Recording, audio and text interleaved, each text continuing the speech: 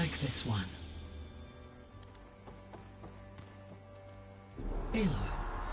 That was sneaky of you, patching in Varl and Aaron to our conversation. I am pleased you accepted their help.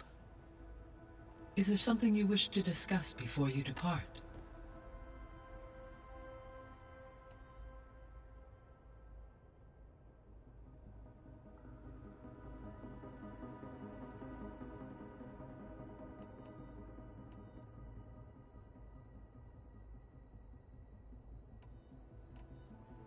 What can you tell me about Demeter? Demeter sows, fertilizes, and tends to plant life. So once I bring it back, all the blight out there will start to get better.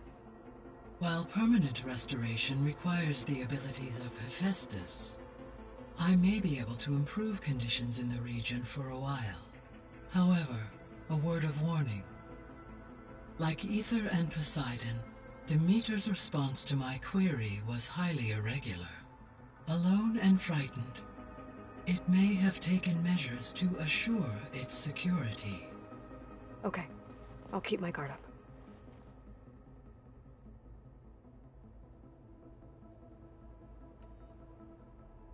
The missing subordinate functions. What can you tell me about them? Artemis rewilded the Earth with a variety of animal species. Eleuthia was responsible for gestating, nurturing, and acculturating a new generation of human beings.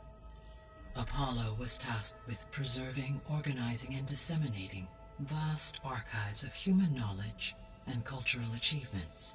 Unfortunately, all archived Apollo data was purged on the 2nd of February, 2066, by order of Ted Faro. Pharaoh, huh? I really hate that guy. Understandable. He appears to have been pathologically narcissistic, impulsive, and unstable.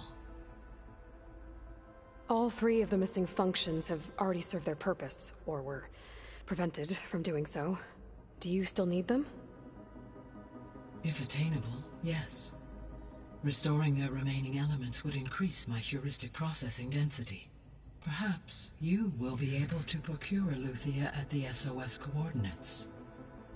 Artemis and Apollo, however, remain unaccounted for. So, Poseidon, what do we know about it?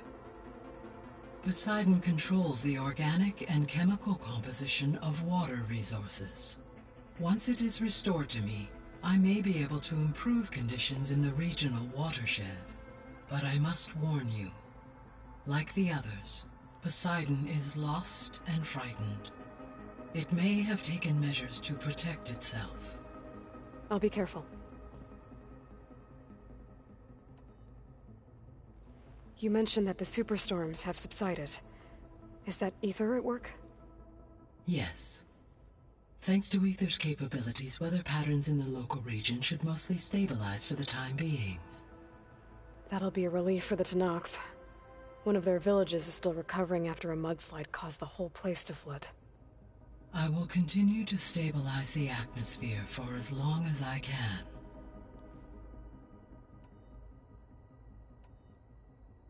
Why did Ether take up residence in an ancient war museum? As with the other subordinate functions, Ether needed to install itself on a processor with adequate storage and power. The one in the museum appears to have been sufficient, given that the holographic displays were still active. So Ether was assured it could stay for as long as it needed to. Correct. Though it is curious that it chose a place surrounded with the ancient ruins of aircraft. Maybe it also felt at home there.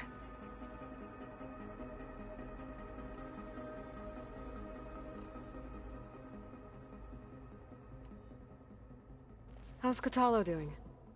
I detect that the loss of his arm still deeply pains him, though he has not voiced his thoughts. I may be able to assist in his recovery, should he be interested. Really? I'm sure he will be.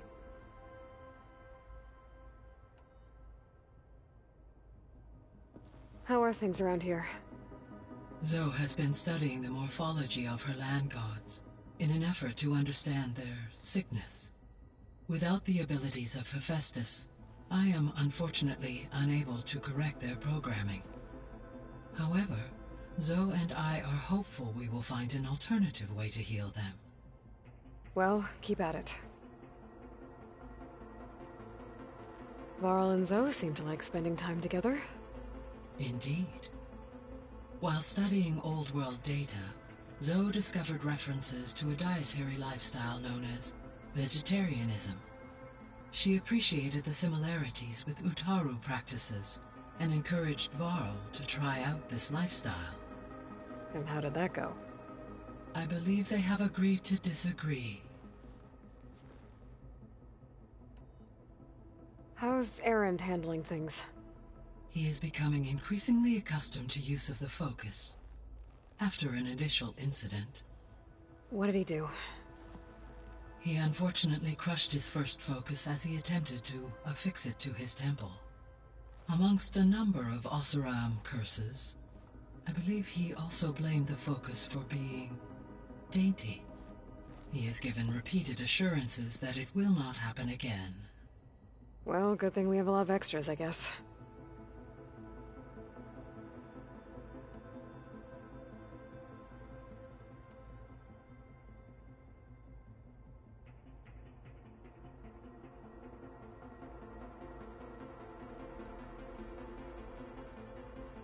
So this facility, the Regional Control Center, it was meant to oversee the terraforming system?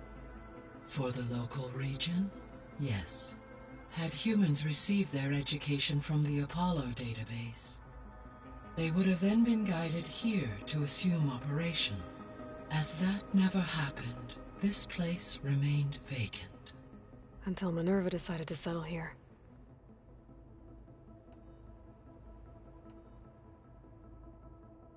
Gaia? What was Elizabeth like? Her presence is interwoven with my memories. The moment I came online, she was there. We exchanged greetings, names, then set to our task. It was the first of many conversations.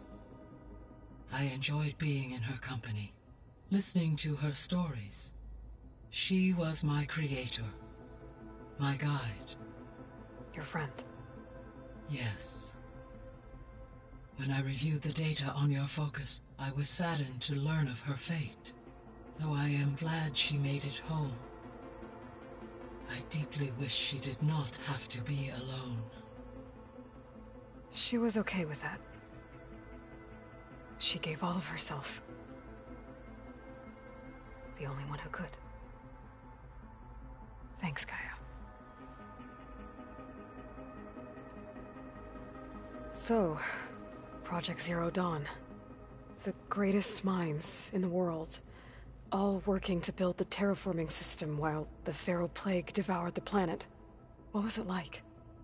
Personnel worked in rotations, at all hours of the day. Resources and technology were secured from across the world. Within a month of the project's conception, I was launched and began my education. Elizabeth encouraged me to spend time with the rest of the Zero Dawn staff. She said it was important to experience many personalities and perspectives to aid in my emotional development. What were they like? Scared, hopeful, determined. They were hurtling toward technological achievements on a scale never before attempted. I owe everything to their dedication.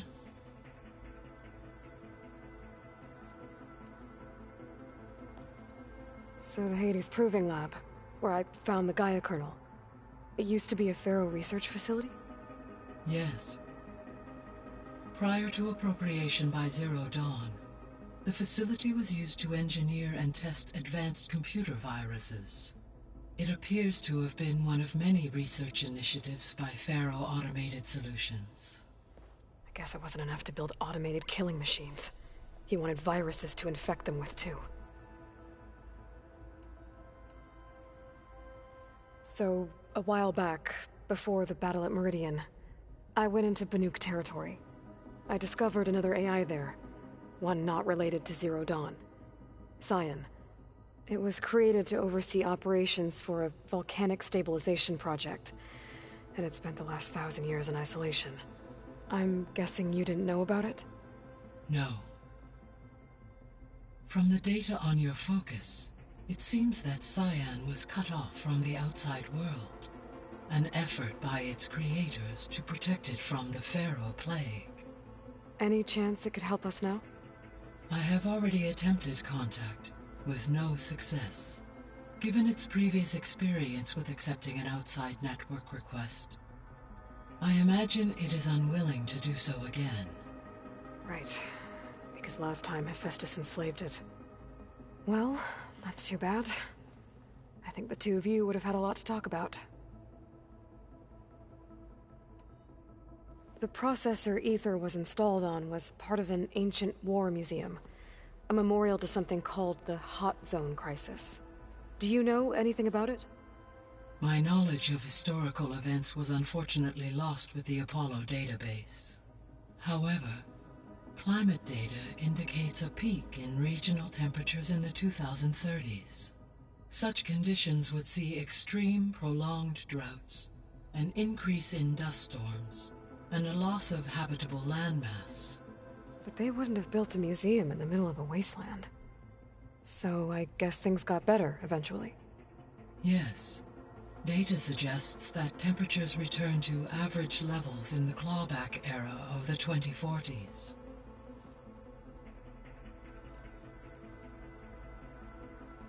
There was an ancient tank embedded in the bulwark, buried under a bunch of boulders. Any idea how it got there?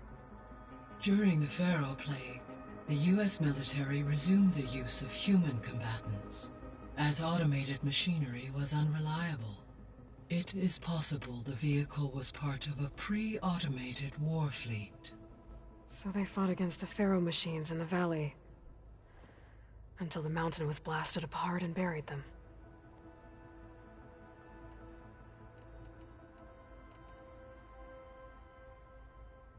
So I guess this room was meant to keep an eye on conditions outside? Yes. From here, the facility's operators would have been able to observe weather and machine activity in real time. It may be possible to restore more of this room's functionality, should you find and reconnect additional camera feeds. I'll keep a lookout.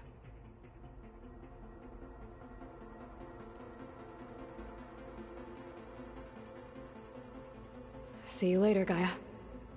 Until next time, Aloy.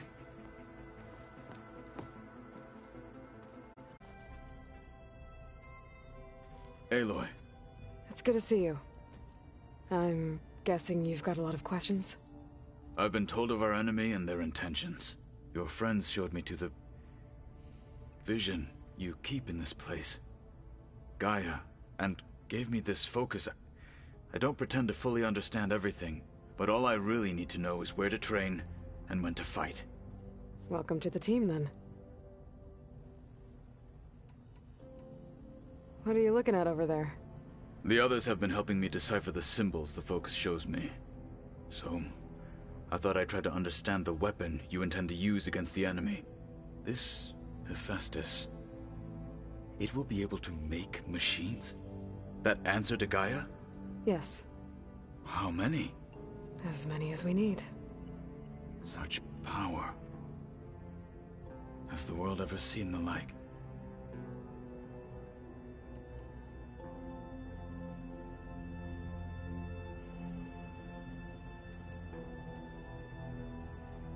You said the Bulwark was your home a long time ago. That you were part of the Sky Clan. Yes. That's all you're gonna tell me? Fine. As you wish. My parents were killed in a clan skirmish, so I was raised by my squad. As I grew older, I came to be known as an accomplished fighter. Tekote took a special interest in me. I fought by his side against the Karja, and led my squad on a dangerous climb into the Daunt. It was I who opened the gates at Barren Light, from the east side, allowing the Tenakth to raise it. That must have gotten you some attention. Indeed. I was welcomed home as a hero. And I was content. Then why'd you leave? I became a marshal.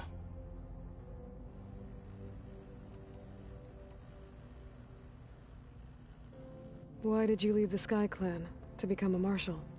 I was sent to the Kulrut by Tekote. Back then, I would have obeyed his every order. I believed in him, like one would a father. I was too blind to see the fear in his eyes. Fear of a rising young warrior challenging his command of the clan. I returned a hero from the battle at Barren Light. But to him, I was only a threat. Never occurred to him that I had no interest in rising above my station.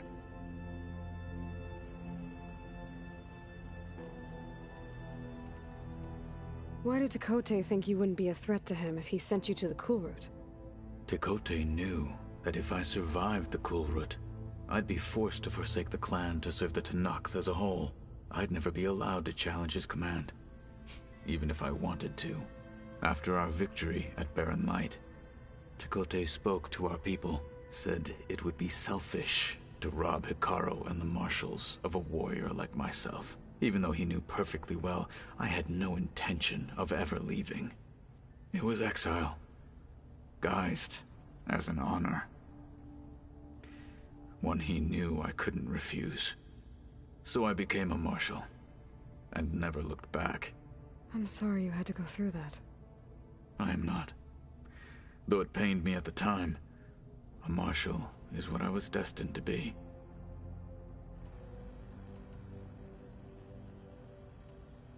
When we were at the Bulwark, the guard said something about the Wings of the Ten. Hikaru also mentioned it at the Kulrut. Dekka, too. What does it mean? The visions tell us that the Ten flew on great metal machines with wings, and leapt into battle from the sky. For us, to imitate this feat is the ultimate expression of martial prowess, and it is why the challengers leap into the arena during the Kulrut. Many times I imagined it as a child. The feeling of freedom, and the awe it must have inspired. What did Chief Hikaru say when you told him he'd be joining me here? You spilt rebel blood at the Grove, and helped reunite the clans. There was little more to be said. He understood. Well, I'm honored he lent me his best marshal. At least for a little while. Indeed.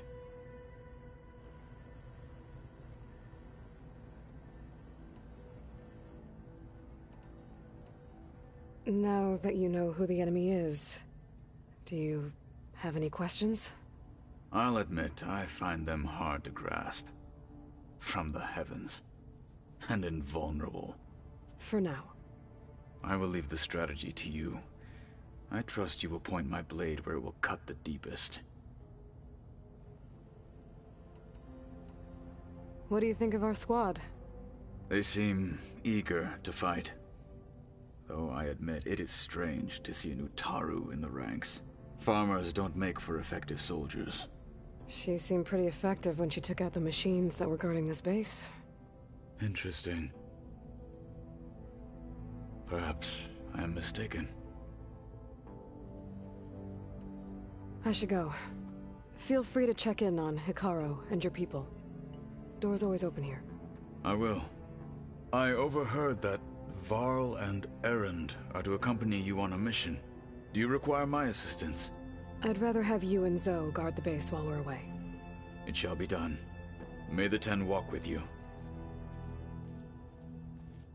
Let's do that. Varl looks happy about his training partner. Learning is best done together.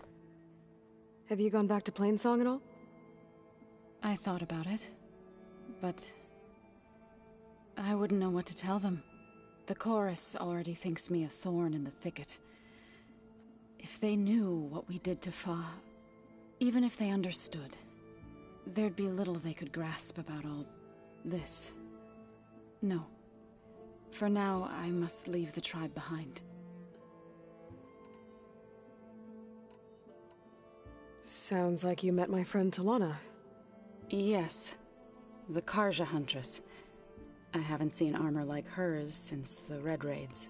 But Varl tells me that she too suffered at the hands of the Mad Sun King. Yeah. She's one of the good ones. Trust me.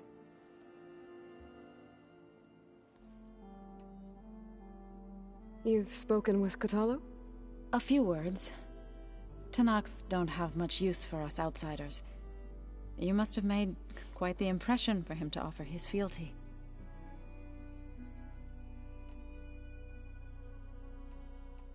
So you've been talking to Gaia?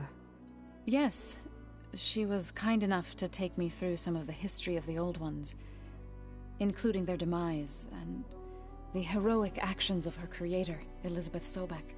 I was surprised to see she was you. Past, but reborn? Not that I claim to understand how. You've been getting to know Erend, I assume? Of course.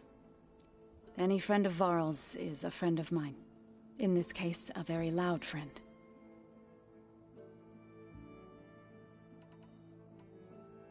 What are you up to? Gaia was kind enough to put together a list of glyphs used by the Old Ones. She helped me decipher some of the data you've collected, and showed me how to use the focus to help the process. It's not easy, but it's been working so far. That's good to hear.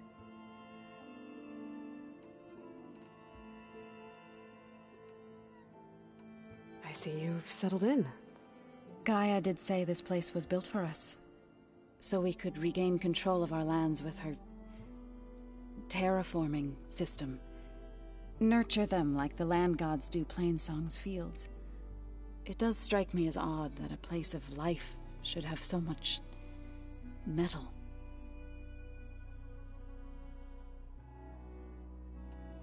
Did Gaia tell you anything about the Zeniths? She did, though it wasn't exactly easy to believe. To think that there are places among the stars where life can bloom as it does here, it is humbling, to say the least, and heartbreaking that such life should be bent on destroying ours.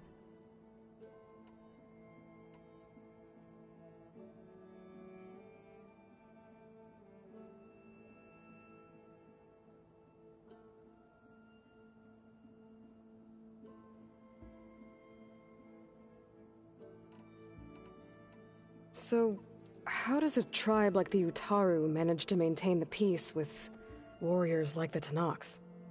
By holding them off. When our fields bloomed aplenty, the Tenakth looked upon our lands with envy. But Plainsong's dishes provided sanctuary and high ground to keep invaders at bay. In the end, even the Tenakth saw sense in a truce. The Utaru promised to provide the Tenakth with food from our crops every year. In exchange, the Tenakth would relinquish one of their own, a veteran, to train the Utaru in combat. This custom was abandoned a few years after the derangement. But some veterans still remain in the plains. I believe I've met them already. I was hoping you could tell me more about the land gods. For generations they provided for us. Seeding and harvesting the fields of Plainsong. Food for all. A miracle of endless bounty. A blessed land, providing sustenance for my people. Until the derangement. They had always enriched the soil, but for several seasons they have glutted it endlessly with mulch. At least now I know why. The repair bay below was meant to renew them. Without it, they became sick. That is why I must find a way to heal them before my people starve.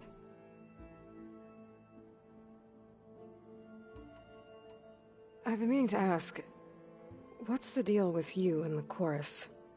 You didn't seem to be on the best of terms.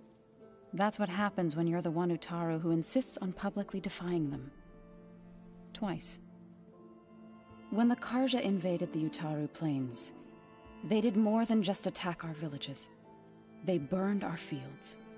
took our people as slaves and murdered those who were too weak to make the trip back to Meridian. To be sacrificed in the Sun Ring. I was helping the healers back then, as waves of refugees swarmed into Plainsong. The chorus was divided in how to face the invaders. Some saw sense in raising arms. Others believed the dishes would keep us safe, as they had many times before. And while they bickered, I buried the seeds of the Fallen.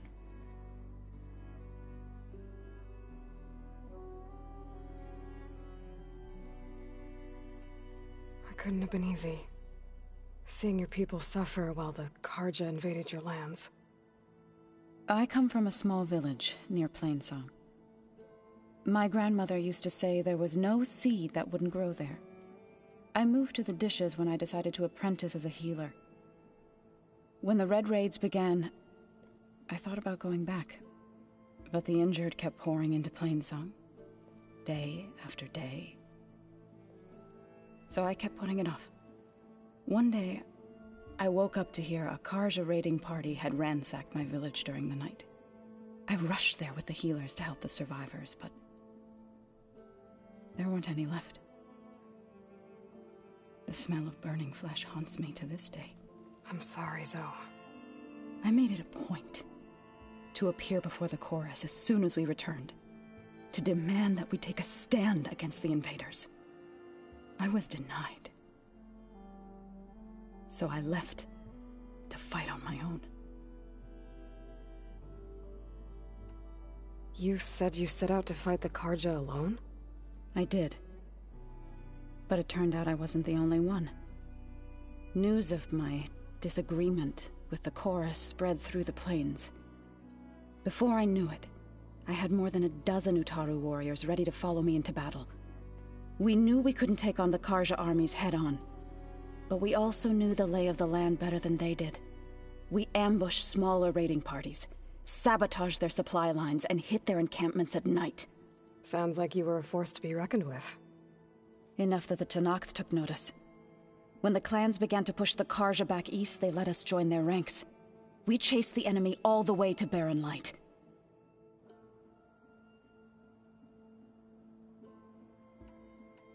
You said you were at Barren Light when the Tenakth defeated the Karja? Tenakth marshals climbed the cliffs of the Daunt under cover of night, then attacked from the other side. Before we knew it, the gates were open, and the full force of the clans burst through. What happened next was not something I like to remember. When all the dust and blood settled, I smelled it again. The stench of burnt flesh. Our enemies defeated. What was left of my squad returned to the Utaru Plains. I went back to Plainsong. But even as the harvests passed, it didn't feel like I'd truly returned at all. Is that when you became a grave singer? I thought soothing the suffering of others would somehow appease my own. Then you came along and gave me a choice. I could either sing at people's graves or fight for a chance to keep them alive. I'm glad you chose the latter.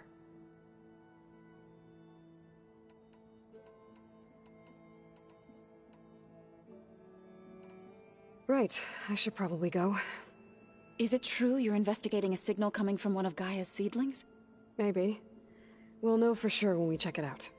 Be careful. We will.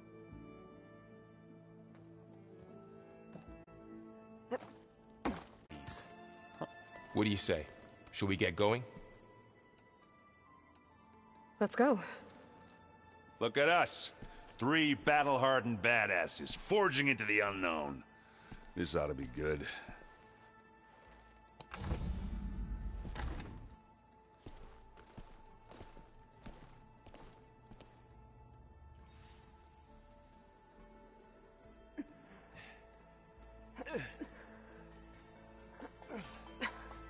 This distress call had to be up a really steep mountain, huh?